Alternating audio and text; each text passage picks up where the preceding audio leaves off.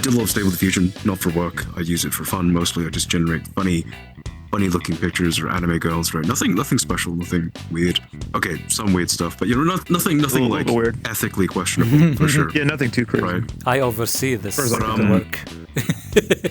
He oversees this. I send him pictures at fucking the weirdest hours of the day.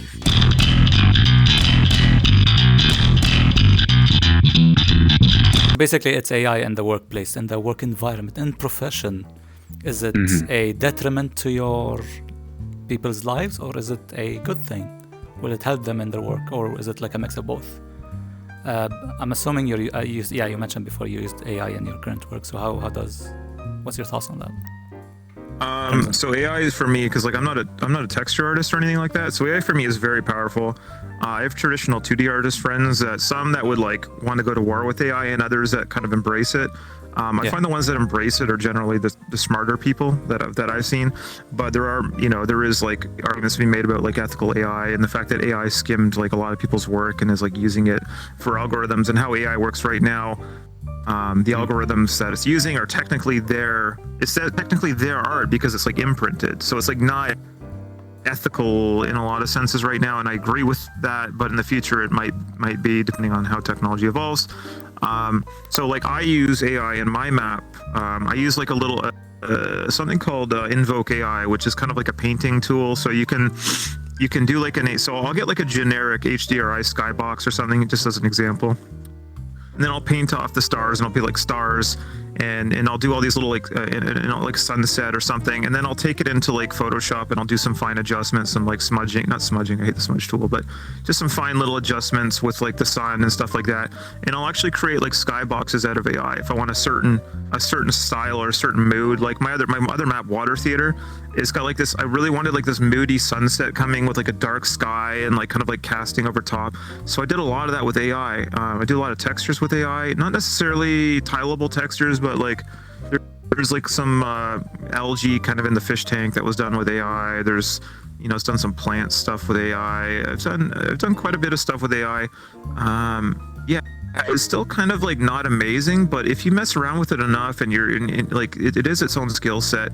And I feel like artists today who don't incorporate AI don't stand a chance in the future, because like it's going to allow you to be a super artist if you can utilize it potentially, like utilize its full potential. And people who don't realize like what an insane tool is, and like how much content it can, it's going to put a lot of these like internet like databases of like just textures and stuff like out of like, they're not going to be getting any revenue anymore, because people are just going to be download like a Blender plugin, hit a button, and it's just going to like cycle through like a million different stone textures until it.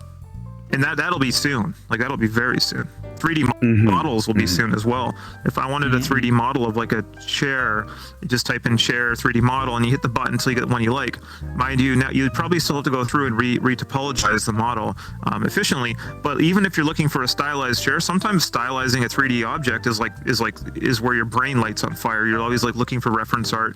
But if you have an AI that you can just go like do like 10 a second, eventually you're going to find one and just be like, okay, well that was faster than looking through like IKEA catalogs and taking pictures or whatever, so yeah it's just the amount of like fast iteration that you can do with AI, like just the amount of iterations you can pump out in a couple of minutes of okay, so context, I do love Stable Diffusion, not for work. I use it for fun mostly. I just generate funny looking pictures or anime girls, right? Nothing special, nothing weird.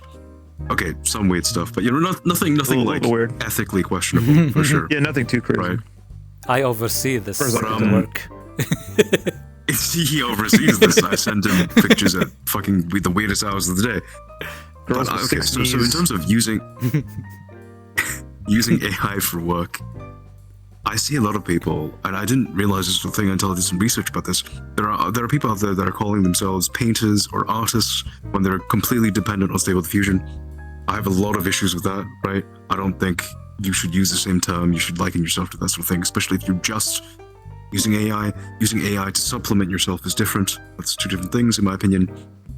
In terms of AI itself, as to whether or not I think it's ethically fair to sell AI work as work, That's a tough one for me. So Depends on the model, personally I think. don't really think it depends on the model. Yeah. Yeah.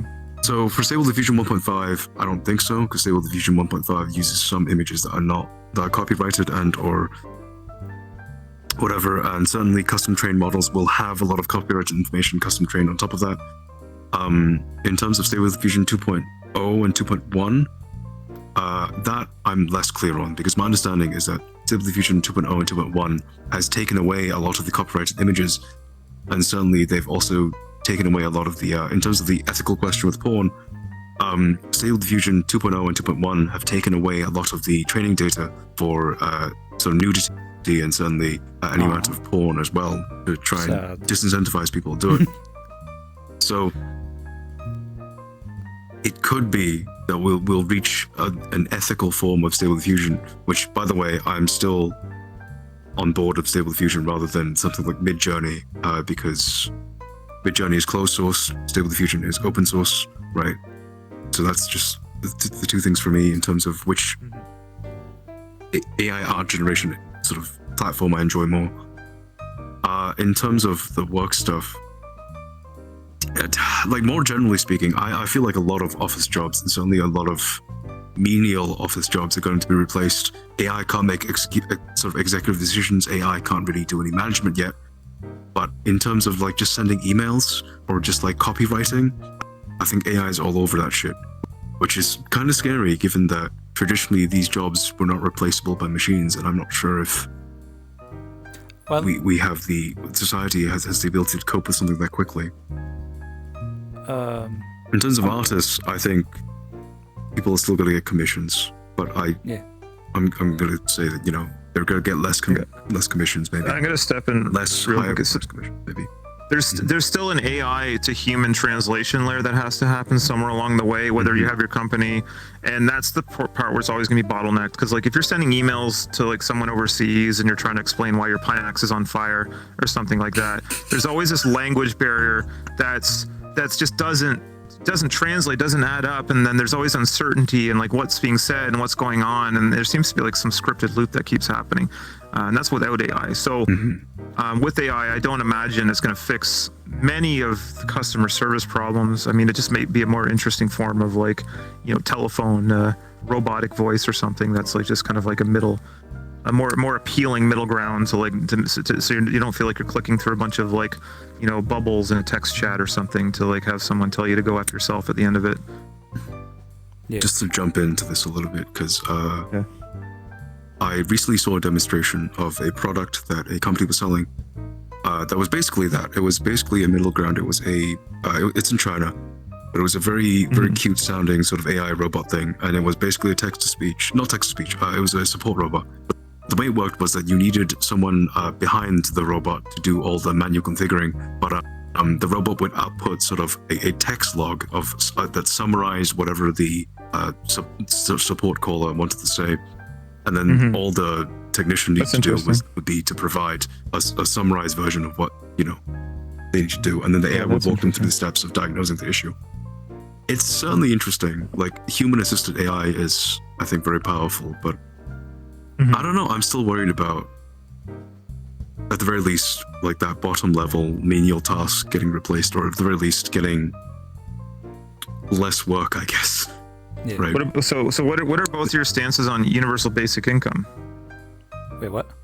Oh. Give me that free money, right? Let's go. UBI, yeah. What are your stances on UBI? Like, why don't we just transition right into this? Because I'm getting it out of the way right now. Wait. But give me that free money, all right? Before I just want to deliver a point. Is when you mentioned the like writing articles or whatever, regardless of whatever menial task it is, I think what would like, let's say there's a newspaper agency, whatever, they're writing a lot of content, and they can definitely get an AI to write all of that content, but let's say the CEO or like the manager don't know if that content is actually like correctly accurate.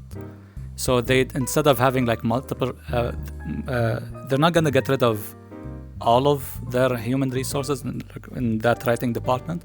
They probably just keep one or maybe two to just verify all the content that's being generated by the AI, whether it be image or text or I agree with that, right? Yeah. But you're still reducing the required workforce, right? Yeah, but Which yeah. okay, it depends. It depends on whether or not this results in just people out of work, or it results in more news sources or more entertaining media and that sort of stuff. I don't know. What about when As a AI writes its own pessimist, code? right. How many $100,000 a year, $200,000 a year people are going to be out in the streets? Programmers, you're gonna get replaced Yeah. too. Sorry. I think programmers are like up. I think they're going to be one of the. They'll be up at the list for people to get replaced. I think programmers. I think okay. So I have heard from my programmer friend that so for context, he's a full stack developer.